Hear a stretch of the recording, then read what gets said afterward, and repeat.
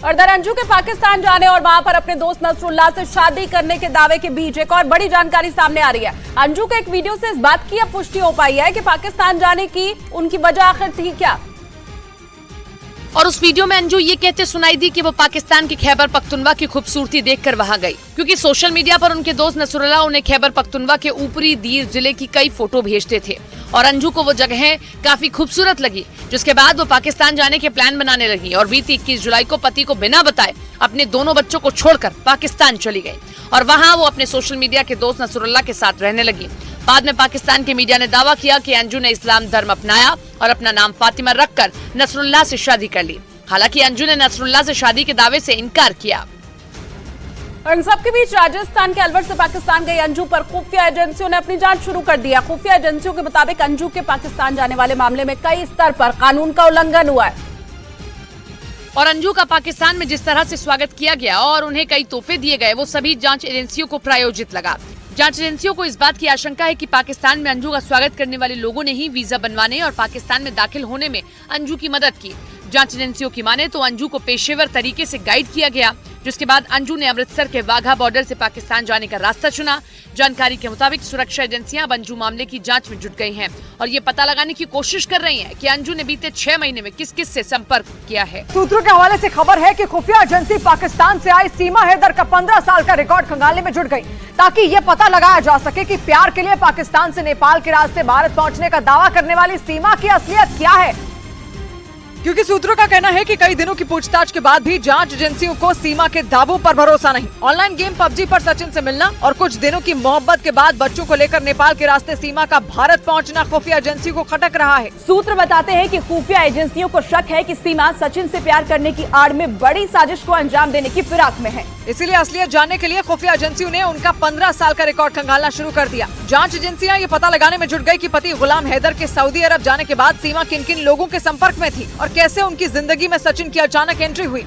खुफिया सूत्रों के हवाले से खबर है कि पाकिस्तान से भारत आई सीमा हैदर के टूटे फोन और उनके सिम कार्ड से उनकी सारी सच्चाई सामने आ जाएगी। दावा किया जा रहा है कि आने वाले कुछ दिनों में उनके टूटे फोन और सिम कार्ड की पूरी जानकारी जांच एजेंसियों के पास होगी, जिससे सीमा हैदर का सारा कच्चा चिट्ठा सामने आ जाएगा। पुलिस एफआईआर के मुताबिक पाकिस्तान से नेपाल के रास्ते सीमा 13 मई को भारत पहुंची थी। करीब 1.5 महीने बाद 4 जुलाई को पुलिस ने सीमा और सचिन को गिरफ्तार कर लिया। पुलिस के सूत्र बताते हैं कि उस दौरान सीमा के पास 4 मोबाइल फोन मिले थे, जिनमें एक टूटा था। सूत्रों का कहना है कि उस टूटे फोन में पाकिस्तान का सिम कार्ड था, जिसे पुलिस ने फोरेंसिक जांच के लिए भेज दिया था। सूत्र बता रहे हैं और ये जानकारी मिल रही है कि 2 से 3 दिनों में उसकी फोरेंसिक रिपोर्ट आ सकती है। सूत्रों के मुताबिक सीमा के उस फोन से डिलीट किए गए कॉन्टैक्ट और व्हाट्सएप चैट जल्द ही मिल जाएगी। सूत्रों का दावा है कि फोरेंसिक रिपोर्ट के आने के बाद सीमा से एक बार फिर जांच एजेंसियां पूछताछ करेंगी। सीमा हैदर और सचिन की खराब माली हालत को देखते हुए यूपी के मेरठ के रहने वाले अमित जानी नाम के एक आदमी ने सीमा को अपने प्रोडक्शन हाउस में नौकरी का ऑफर दे दिया। 2 दिन पहले ही सचिन के पिता नेत्रपाल मीणा ने जानकारी दी थी कि पुलिस जांच की वजह से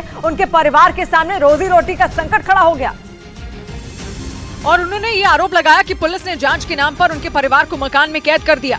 परिवार के लोगों के बाहर निकलने तक पर पाबंदी लगा दी, जिसकी वजह से उनके परिवार के सामने भूखों मरने की नौबत आ गई।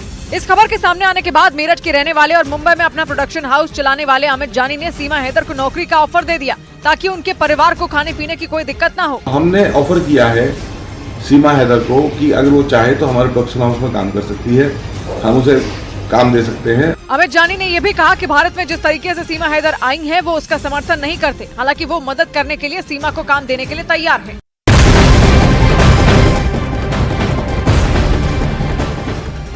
बड़ी खबर आपको बताएं, ब्रिटेन में भारतीय उच्चायोग पर हमले के मामले में एनआईए ने पंजाब में छापेमारी की है। एनआईए ने पंजाब में 31 जगहों पर रेड की कार्रवाई की है। पंजाब में छापेमारी लंदन में भारतीय उच्चायोग के सामने प्रदर्शन करने वालों के करीबियों के यहाँ पर हुई है। बीती 19 मार्च को आपको बताएं कि लंदन में खालिस्तान समर्थकों ने भारतीय उच्चायोग के ऊपर हमला कर दिया था और उसी के बाद एनआईए को इस मामले में जांच सौंप दी गई थी। इन सब के बीच पंजाबी सिंगर सिद्धू मूसेवाला की हत्याकांड का आरोपी सचिन बिश्नोई ने पुलिस पूछताछ में कबूल किया है कि मूसेवाला की हत्या की प्लानिंग दुबई में ही रची गई थी। सूत्रों के मुताबिक एक्टर सलमान खान, बम्बिया गैंग के बड़े गैंगस्टर और पंजाब के कुछ सिंगर लॉरेंस बिश्नोई गैंग के निशाने पर हैं और उन पर बिश्नोई गैंग कभी भी बड़ा हमला करवा सकता है। पुलिस सूत्रों के मुताबिक सचिन बिश्नोई ने दिल्ली पुलिस की स्पेशल सेल को बताया कि गोल्डी बराड़ और लॉरेंस बिश्नोई सलमान खान को हर हाल में मारने का प्लान अभी बना रहे हैं। क्योंकि उनके बनाए पहले के 3 प्लान फेल हो चुके हैं। सूत्रों के मुताबिक उसने ये भी बताया कि बब्बीहा गैंग के बड़े गैंगस्टर और पंजाब के कुछ सिंगर भी लॉरेंस गैंग के निशाने पर हैं। सूत्रों के माने तो सचिन बिश्नोई ने दुबई में रहते हुए कई बार गोल्डी बराड़ से बात की और लॉरेंस बिश्नोई से तिहाड़ जेल में फोन पर बात की गई। सचिन बिश्नोई को दिल्ली पुलिस की एक टीम अजरबैजान से भारत ले आई, जिसके बाद कोर्ट ने उसे 10 दिनों के लिए पुलिस हिरासत में भेज दिया। सचिन बिश्नोई गैंगस्टर लॉरेंस बिश्नोई का भांजा है, जिसे पिछले साल अगस्त में अजरबैजान में गिरफ्तार किया गया था और करीब 1 साल बाद दिल्ली पुलिस की एक टीम उसे अजरबैजान से लेकर भारत पहुंच गई। पिछले साल 29 मई को पंजाब के मानसा में दिन दहाड़े पंजाबी सिंगर सिद्धू मूसेवाला की हत्या कर दी गई थी। दिल्ली पुलिस के मुताबिक हत्याकांड से कुछ रोज पहले ही सचिन थापन फर्जी पासपोर्ट से विदेश भाग गया था। दिल्ली पुलिस ने बताया कि सचिन थापन न सिर्फ हत्याकांड की प्लानिंग में शामिल था, बल्कि उसने ही शूटरों का इंतजाम किया था। जैसा कि उसने बताया कि एक तो बोलेरो जिसपे सिद्धू को चेज किया गया वो सचिन थापन ने ऑर्गेनाइज कराई। पुलिस के सूत्र बताते हैं कि लॉरेंस बिश्नोई के ही इशारे पर सचिन को विदेश भगाया गया था। बकायदा उसका तिलक राज टुटेजा के नाम से फर्जी पासपोर्ट बनवाया गया था। दिल्ली पुलिस के सूत्रों ने दावा किया कि अजरबैजान फरार होने के बाद सचिन थापन लगातार जेल में बंद गैंगस्टर लॉरेंस बिश्नोई के संपर्क में था। पुलिस के सूत्र ये भी बताते हैं कि फर्जी पासपोर्ट के जरिए विदेश भागने के बाद सचिन सबसे पहले दुबई पहुंचा था, जहां कुछ दिनों तक छिपने के बाद वो भारत